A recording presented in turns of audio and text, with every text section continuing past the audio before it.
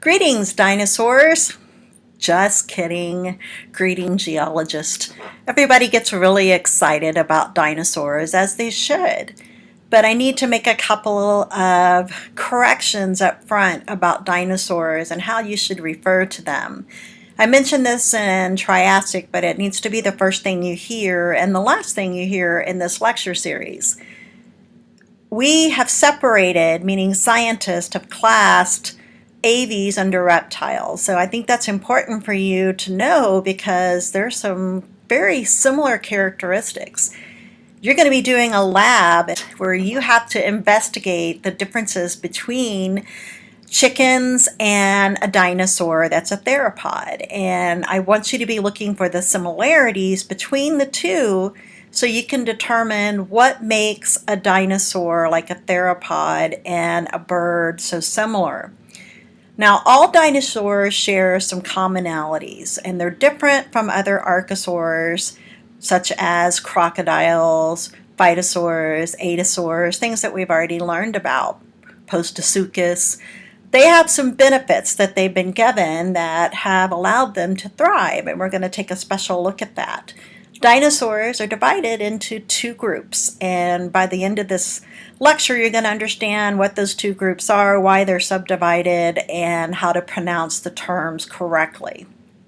Who coined the term dinosaur? Well, we can owe that to Sir Richard Owen, who's synonymous with the word dinosaur. He described some of the first dinosaur bones starting in 1842 of things like iguanodons. This guy was really famous, and he decided that these bones were so huge, he named them fearfully great reptiles. And so that's where the name came from. Now, TV and movies have commercialized dinosaurs and given them colors and even made dinosaurs that don't exist in the fossil record, or at least that we haven't found.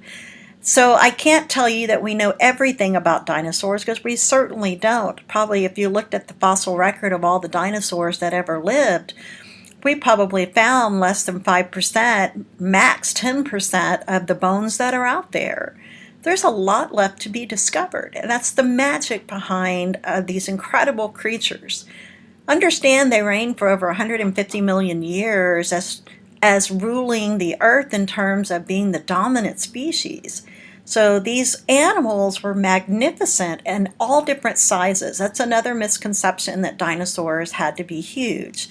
Certainly not the case. We had quite a few that were as small as chickens. So when you look at that, you have to realize that there was a niche and a place for every dinosaur, especially if they coexisted in the same habitats.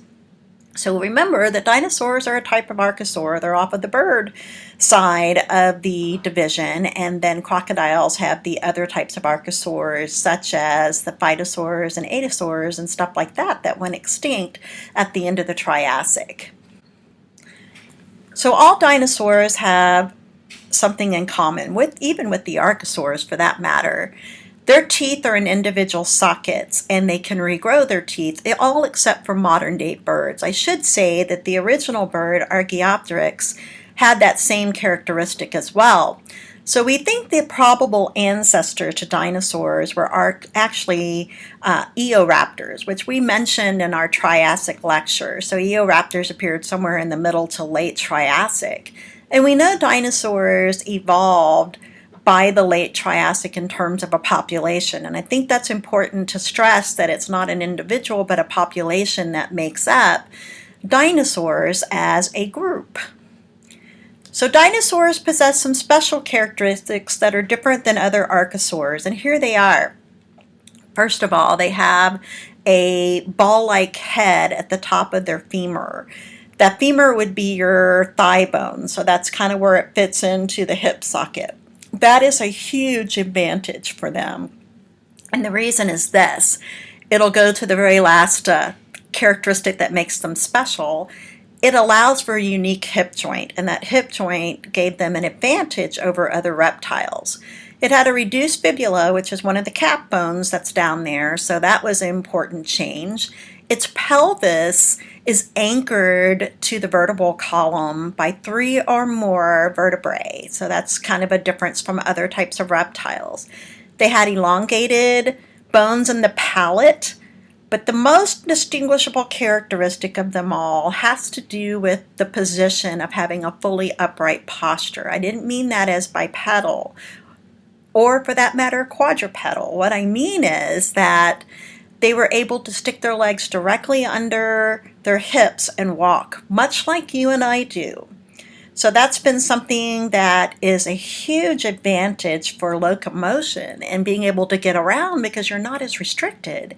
You're given the opportunity for flexibility and for agility. And so not all dinosaurs could move very fast. I'm not suggesting that, but they certainly had an advantage if they didn't have to swing their legs out real wide to move around. And you've seen lizards do that, or crocodiles for that matter, where they kind of threw their legs out. Some archosaurs had the similar type of bone structure, but not as well defined as dinosaurs. So dinosaurs have this really big advantage, and many scientists believe that was one of the reasons for them existing for over 150 million years as the top of the species list in terms of existence and numbers and diversity. So archosaurs include everybody from crocs on the left side of your cladogram all the way to birds on the right. And we can see that the dinosaurs cut off right here, and there's a section called Ornithischians, and then there's one over here called Saurischians. And we're going to look at both and talk about the characteristics that make them both up. We'll start with Saurischians. Saurischians have 2 subgroups, and one are the sauropods and the others are the theropods. So let's start with sauropods. You'll see their little sister group right here called prosauropods, otherwise known as protosauropods. These were the early versions of sauropods that evolved into what you would know as true sauropods like Brachiosaurus or Diplodocus. Some of these prosauropods actually could walk on 2 legs, being bipedal, probably ran and moved around mostly on 4, but had the ability to do so. So the general rule of thumb for sauropods are that they are quadrupedal. So that's important to note that the sauropods that we recognize as true sauropods were all quadrupedal, and they were all herbivores. Now moving over to the theropod side, different. They're all bipedal, meaning they walked on 2 legs. They also tend to have a long tail. They are all carnivorous, probably omnivorous in many cases, even scavengers to a degree. But important to note that they had usually big eye sockets, had very unique teeth for meat, flesh tearing or cutting, but not all were fearsome like the Tyrannosaurus rex. So you have to look at the animal and understand how they operated. And I can tell you, you can separate the 2 groups very easily by quadrupedal and bipedal status, and herbivore versus carnivorous. So understand that when we're talking about Saurischian dinosaurs, it's either going to be a sauropod or it's going to be a theropod. Birds are versions of theropods, just so you know. When you do your lab tonight, you'll be investigating that very issue when you have to compare a chicken and a theropod, and you'll start looking at the similarities and the differences between the 2. Ornithischians are those that are not Saurischian, and they have a different type of hip joint. Saurischians have a hip joint that that's not parallel, where you see the pubis, the ilium, and the ischium right here. It actually makes a Y, almost like a wishbone. That's a really easy way to determine that it's Saurischian right away, and truthfully, that's the reason that dinosaurs are different from archosaurs, are their hip joints and the orientation of these 3 bones that make them up. So when we look at this, the necessary need for theropods and sauropods to have this type of lineup would be how they bear their weight, not necessarily being on 4 feet or 2 feet, because there's definitely Ornithischians that are on 2 legs that were bipedal that didn't have this type of hip joint. So don't let that be the deceiving reason that it happened.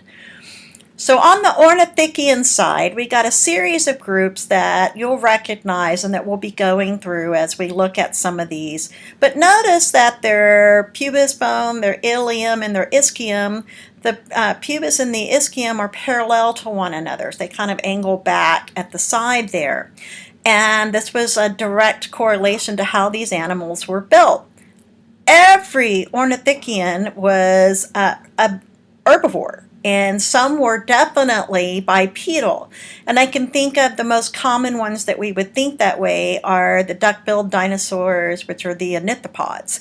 So we'll be looking at them in detail. In some cases, and I would certainly say in the Cretaceous, late Cretaceous in particular, ornithopods were the most common of all dinosaurs on the planet.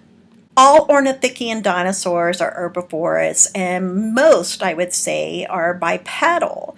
Others are quadrupedal. Some that would be quadrupedal would be Stegosaurus, Ceratops, those types of animals, Ankylosaurus, all of them. They do not have teeth in the front of their mouth where their beak is. Most of them have cheek teeth. So you'll see a little bit more about cheek teeth and how they operate. Nevertheless, they have ossified tendons in their back region that are different from Saurischian dinosaurs. So how do the bones orientate themselves? The pubis bone points backwards and runs parallel with the ischium bone, and it does not make a Y. It makes a parallel set of bones that run parallel to the ilium. So they are distinguishably different from Saurischian dinosaurs. There are three groups of Ornithischian dinosaurs: Thioptera, Margencephalia, and Ornithopoda. So we're going to look at the three of them and talk about how they're different. The armored dinosaurs would be things like Ankylosaurus, you may know them as Ankylosaurus, or Stegosaur, where they have lots of armor plates, osteoderms that cover the exterior of their bodies. The Margencephalias are the ones like the Ceratopsians, and these are going to be horned dinosaurs, and also Pachycephalosaurus, which would be your hard-headed dinosaurs with the bone head. Actually had a thick covering of a skull at the top of his head. Ornithopods are the duck-billed dinosaurs. They're the bipedal type dinosaurs that were very common during the late Cretaceous. So that would make up this group of dinosaurs right here. So they have a different alignment of their hip joint, and it makes that parallel look that we talked about in the terms of the bones, and we'll look at them a little bit more in detail. When we look at the Saurischian groups, the Theropods are all bipedal carnivores, and then, of course, your sauropods are the not prosauropods, but the real sauropods are the four-legged, quadrupedal herbivores, and you would know them as things like Brachiosaurus and Apatosaurus, and then, of course, something like Diplodocus. Saurischian dinosaurs are referred to as lizard-hip dinosaurs because their pubis bone points downward and forward at an angle to the ischium, so it's a bit different when you look at it. In this case, it almost looks like a wishbone to me as opposed to the parallel arrangement of the Ornithischian dinosaurs.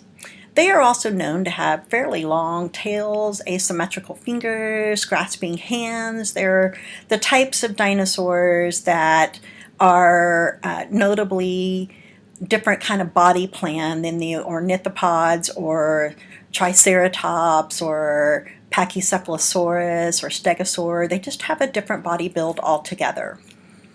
So let's talk about theropods. Interestingly enough, theropods, a lot of new information has surfaced in the last 5 to 10 years about them. One of the big stories are feathered dinosaurs, and most of those fossils come out of China. So that's something noteworthy to be doing some research on your own. If you want to learn more about a famous dinosaur, there's one by the American Museum of Natural History that was nicknamed Dave. And you should look into Dave because it's a very fascinating story about how they determined as much as they have about this particular theropod. But remember, theropods were not all T-Rex size. Many of them were little bitty, like chicken size. So each one had their own ecological niche to fill. They're predators. And so it's typical that in the predator world, whether it's mammalian or reptilian, that there are less predators than there are your consumers. And so that certainly would be the case in Dinosaurian realm as well. So when you find something like a theropod fossil, it is a big deal. And it's one to take very seriously, especially if you have a complete skeleton. So we do know now that many theropods had feathers. So we're not saying that they flew. There's still so much research to be done and fossils to be discovered. So the more fossils that are discovered, the better that this process becomes, and enabling us to tell a story about what these ancient creatures were like. One of the compelling pieces of proof that makes birds more in tune with being under class AVs under the reptiles and directly related to theropods would be the fact that their bird feathers had the same composition of material that we're seeing in the fossil remains. I'm not saying they're finding real feathers, but there's molecular evidence and other types of evidence that they've been using, meaning scientists, to infer and make decisions about how these feather-like materials that are on these birds must have been like. So sauropods are different from prosauropods, but they are sister clade. These are the ones that started evolving by the late Triassic and certainly by the Jurassic. By the late Jurassic, we had some of the biggest, well, the biggest animals that ever were on the planet. And these are very important because they represent this remarkable evolution of these giant, massive megafauna of dinosaurs that existed in the late Jurassic with an incredible appetite for food and the ability to grow so large. So things like Diplodocus is who you're seeing right here. But we do know that they were preceded by prosauropods in the rock record by smaller versions of themselves, and there were even smaller sauropods throughout the Triassic and Jurassic, with very few in the Cretaceous period. Thyreophora is a type of Ornithischian dinosaur that makes up the armored dinosaurs. These are really unique. In the case of Ankylosaurus, this guy was so armored, he even had his eyelids armored. The sides of him were armored. He didn't have very much armor underneath, but he had some. And so one of his best defenses was his thick osteoderms that protected him and the surface of his body. The ornithopods would be the most famous in terms of the late Cretaceous dinosaur, and probably in terms of some of the important fossils that have been discovered in the last 10 or 15 years. I can think of one in particular called Leonardo that was discovered up in Montana. And this one you'll learn a little bit more about a little later in the lecture. But nevertheless, these include the hadrosaurs, which are the duck-billed dinosaurs. These were by far the most common dinosaurs of the late Cretaceous. Some were small, some were very large, multiple tons. They did have just, in many cases, hundreds of cheek teeth that were used for chewing of their food. So they were definitely herbivorous type animals, traveled in groups, and so they were known to cluster together and travel like herd-like. Sometimes you'll hear the term pack, but I guess you could call it a pack, but herd is really the more correct term. Ceratopsians are going to be the three-horned dinosaurs, and I shouldn't even say three-horned, that's exclusive to Triceratops, but they're horned dinosaurs. So horned dinosaurs, in this case, they developed some what we call head frill, which is bone structures, including horns, a skull protective cover that was an extremely large head and long head in comparison to the size of the body. So they varied in the number of horns that they had. The most famous is Triceratops from the late Cretaceous, and tri would indicate 3 horns, but some didn't have that many.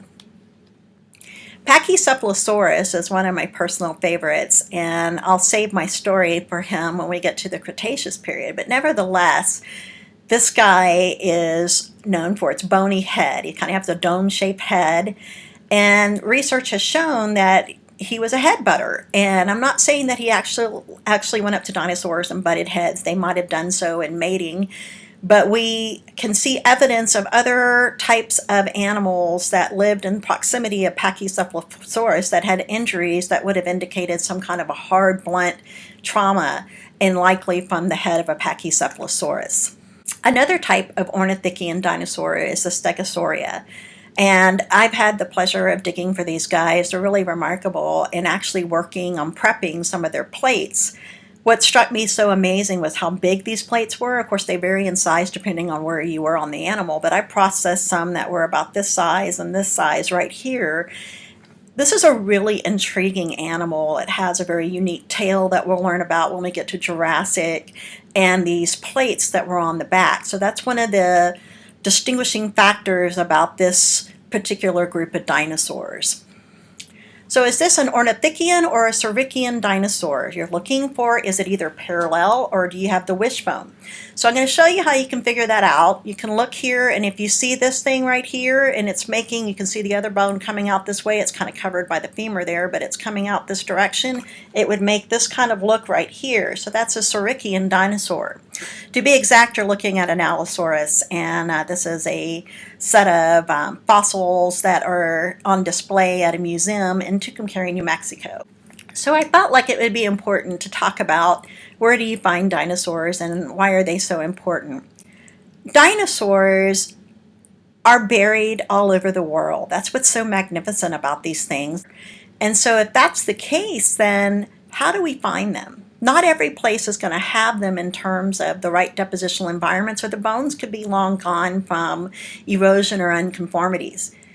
But you have to understand that dinosaurs were worldwide. So we find them from pole to pole, continent to continent. Some continents are much more rich in fossils, and I think a lot of that has to do with preservation.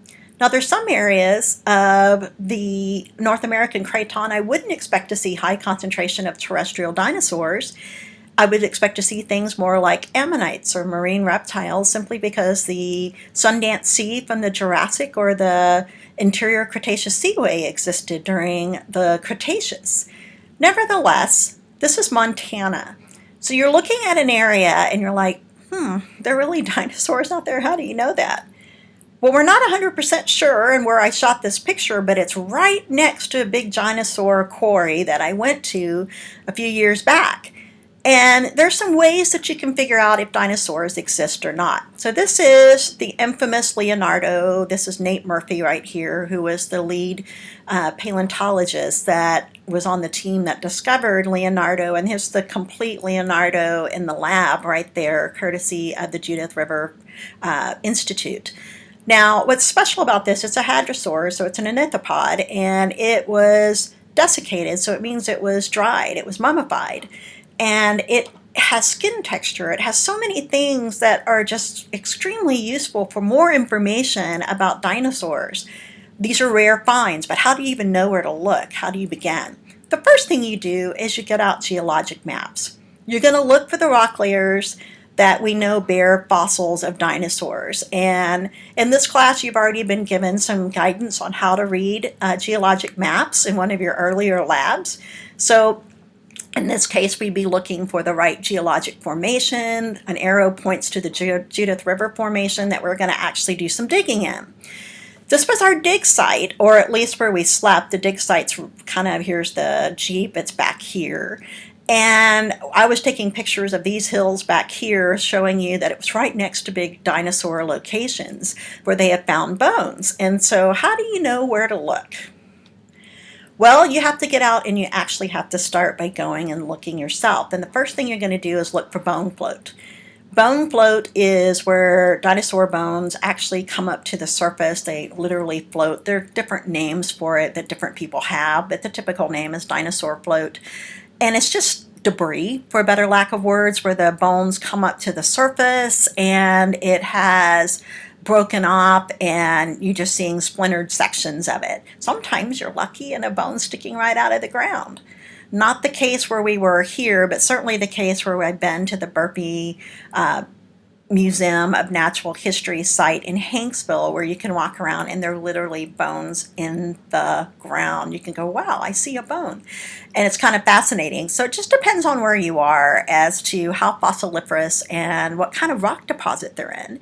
So imagine if a bone's in some kind of hard conglomeratic layer, that it would be a lot harder to get out of than something like a shale or even a sandstone. So the equipment needed to get them out of the rocks varies based on the type of rock material that you're going to find. So what we're doing here on this site is this guy is teaching everyone on the course how to do some prospecting. And that's the real term that you get out there and you do the hard work, which is you start walking. A lot of times you strike out, but you start looking on the ground and your eye gets trained for looking for, let's say if you like arrowheads, you can really spot an arrowhead well simply because you know what to look for. Well, if you train your eye to look for bone float, you'll see it as well. When you do find it, then once you get the legal permits and the legal permissions, then you start digging. And that's exactly what happened here. This was an agreement with the local landowner who had given permission to the Institute and its diggers to dig out there. And what we had to do, this is me actually right there, so we had to dig all this ground from here up to here down, and then our instructions were to dig down. Well, we weren't supposed to be hitting anything for a good several feet, so we were all digging away with shovels, and this is my partner over here in terms of we'd all been paired up to work together. I didn't know him at all before the trip, but he was helping dig in my area, and I was in his, and our shovels kind of sang at the same time when we ran into some bone, and that's me dealing with the paleontology people, and we had certainly found something that ended up being a pretty big deal while we were out there. Once you hear the shovel sing back to you, hopefully you don't hear singing shovels, you see the bones and you can get them out without any damage. The next work starts where you actually have to process and start digging out bones, and it's very time intensive. People seem to think that it's just the bone digging that's where the action happens. Really, most of the work happens back in the lab. So one of the jobs we were given while I was there was to make a plaster jacket. And a plaster jacket is simply, in this case, we were doing some stegosaur work. We were covering stegosaur bones, and we had to dig like a big giant mushroom almost. And the idea was that you just got a pillar of rock left, and we could topple over the whole thing once we jacketed the top and then seal off the very, very tippity of the bottom that touched the mushroom. And then you would move that back to the lab at a later date. So everything's cataloged, it's dated, its location, its strike and dip, all that information is provided. So the bones and the info go together permanently. The end result is this. So here you get bones in the field. These are bones processed. You can see the big jacket here. So that's where we were heading with it. This is a different jacket than the one that you saw out in the field, but the big deal is that we got to get these bones transported without breaking, and they're in a big hodgepodge and they're fragile. So you've got to get them in some secure location. It'd be no different than a doctor coming in and putting a cast on a broken limb, for example. And those broken bones, you want to put them back together. So in order to put them back together in the lab, we kind of need to keep them in the same container. So that's why jackets are used. So the hardest work really truly is in the lab, and it is painstaking work. I mean, you can literally work on the same sample literally years if it's a full specimen.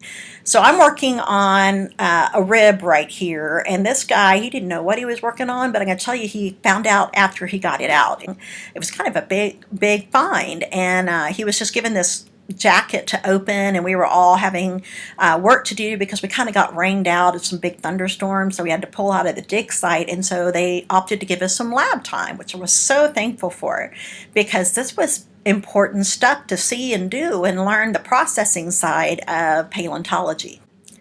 So this is our dig site at Tucumcari, and this is the head guy right here. His name is Axel, and he's giving our field course students an overview. You're going, really? There are bones there?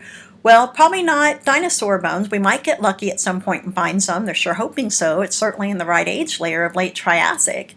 But this is the Redondo Formation, and it's full of Archosaurs like Adiosaurs and Phytosaurs. These are our students doing work out there, and they've been trained, and they understand that the fossils belong to the school based on the landowner's consent, and anything of significance is definitely theirs to use and put on display for research purposes. This is what it looks like when you first see it. Just a small little tiny fraction might show up, like this little section right over here, for example. You might see, and over the course of a day or two, this is what we unfolded, and that's a pretty significant set of bones right there. So is it an armor plate or is it something else? Could it be a different type of bone? Is it a shoulder bone? Is it a something else? So we got more to go on, and that's where the experts come into play, where they know the shape of their bones, they know certain species very, very well. So usually you'll get an expert in paleontology that's super savvy in one or two specific species. The next step is to bring it into the lab, and our students do that on field course. Pretty remarkable stuff. This is the Burpee site in Hanksville, and digging for different age dinosaurs of late Jurassic. And important to note there, because these particular fossils, they have a permit from the Department of the Interior to do this digging for research purposes. So we're digging and we're doing our work, and we're putting everything, trying to find fossils and already doing work on existing, for example, jackets. If they ask our students to do jackets and work on those to try to get those jackets out, or to jacket new things, for example. So this is Dr. McCowan, the president of the college, actually doing a little bit of scribing. They came out this year to see us on the dig site, and she's learning how to use a scribe and actually putting it in the ground. So no matter what your work is, no matter where you are, dinosaur bones are just really fascinating. Humans have been fascinated with them since we started discovering them, and we should be, because they give us a glimpse back into a remarkable time period known as the Mesozoic era. So for some dinosaur highlights as we conclude, I want to say it is really an honor and a privilege when you come across bones, legally I might add. But let's say you're the first person in a real viable dig that has the right permits and so forth, and you're the first person to touch and see those bones. It's extraordinary. It's a remarkable experience. And so I want to just tell you that having had that experience, you realize when you touch these things that that animal was living, and it gives you a glimpse back into the past. So as you're going through and learning the key points for this, I want to point out that you need to know the difference between Saurischian and Ornithischian dinosaurs, which one's lizard hip, which one's bird hip. Do you know what a theropod versus a sauropod is? Do you understand the basic assortment of how we group these dinosaurs? Which ones are carnivores, which ones are herbivores? How do we know that? What are some of the basic skeletal features that help us determine how dinosaurs are different from other reptiles? Basically, you need to understand that this is a process, and as paleontology grows and the more bones we find, the better the knowledge and the story we have to put together that will tell this remarkable story of what these animals were and how they lived.